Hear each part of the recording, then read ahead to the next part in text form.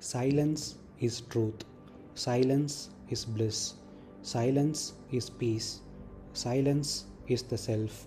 Silence is truth. Silence is bliss. Silence is peace. Silence is the self. You hear these words and immediately the mind begins to work. What is silence? How do I get it? Can I practice it? Is it meditation? The very moment of these questions is noise. Silence is not the absence of sound. A room can be silent and your mind can be screaming. A marketplace can be loud and yet there can be silence within.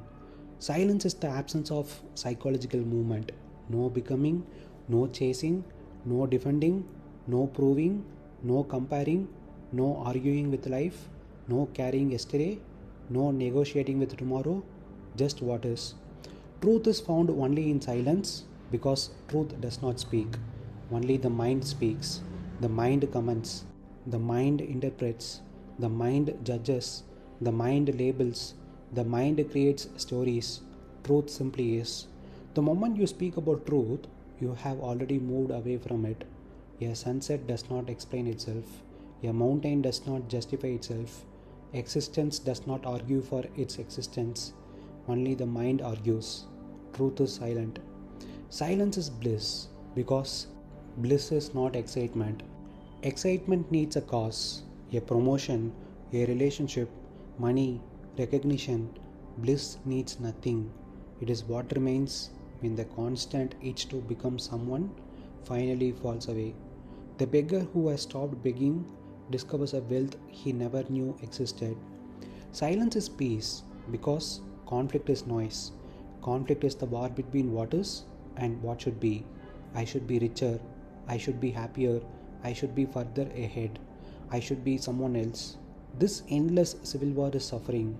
When the war ends, peace is not created, peace is revealed.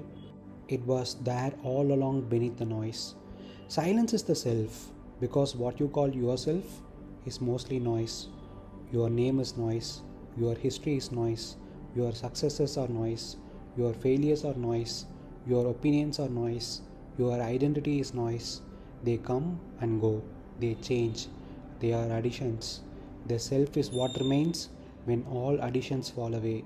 Not the person, not the story, not the image, not the memory. What remains before thought appears and after thought disappears. That silence presence, that wordless awareness, that which has been here before every victory and every defeat, that is the self. A man spends his entire life listening to the noise and calls it me. One day, for a brief moment, the noise stops. No past, no future, no ambition, no fear, no story. And in that moment, he discovers something shocking. The silence was never missing. He was simply too occupied with the noise to notice it. Imagine a man carrying a radio, not an ordinary radio, a radio that never turns off. From the day he is born until the day he dies, the radio speaks constantly. It tells him who he is. It tells him what others think of him. It reminds him of old embarrassments. It replays old victories. It predicts disasters. It promises future happiness. It compares. It judges. It fears. It hopes. It chatters without rest. And because the radio has been speaking his entire life, the man comes to believe that the radio is himself. One day, exhausted from decades of listening, he wanders into a vast desert. No people, no distractions, no entertainment, no stimulation, just endless sky and endless sand.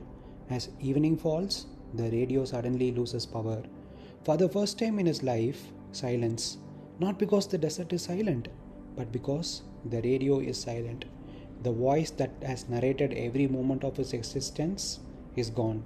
And something strange happens. The stars seem brighter, the wind feels alive, the night appears immeasurably vast. Nothing has changed, only the noise has disappeared.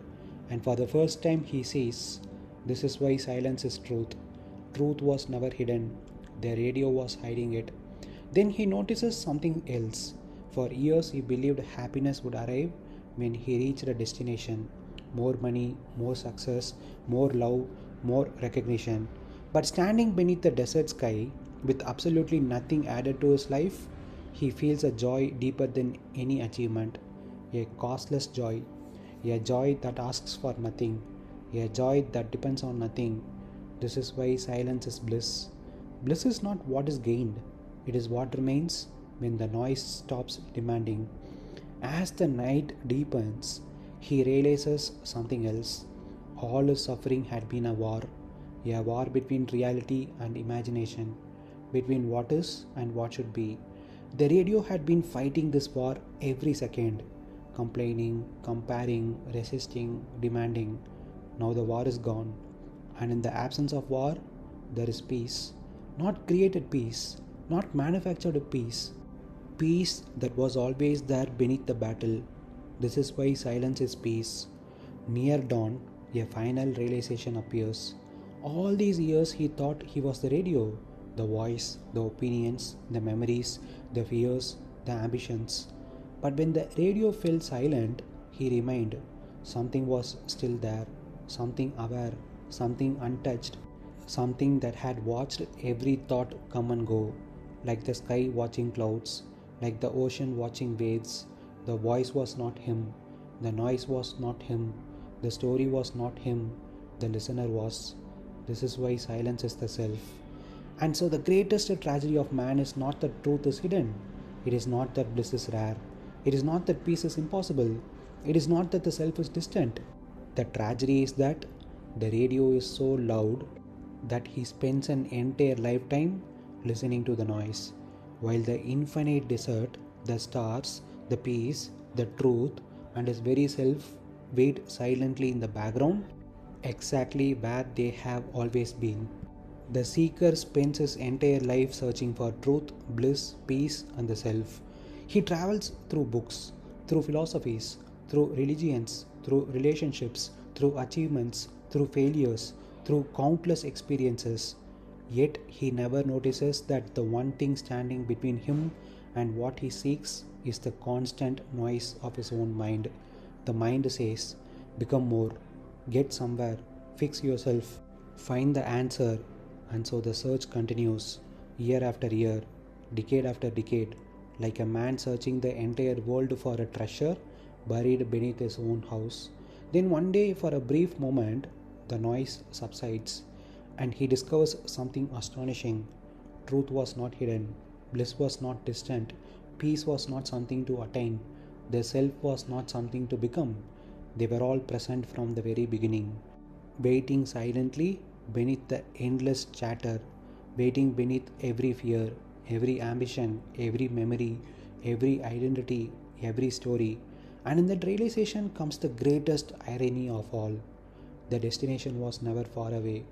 It was conceived only by the noise of the search itself.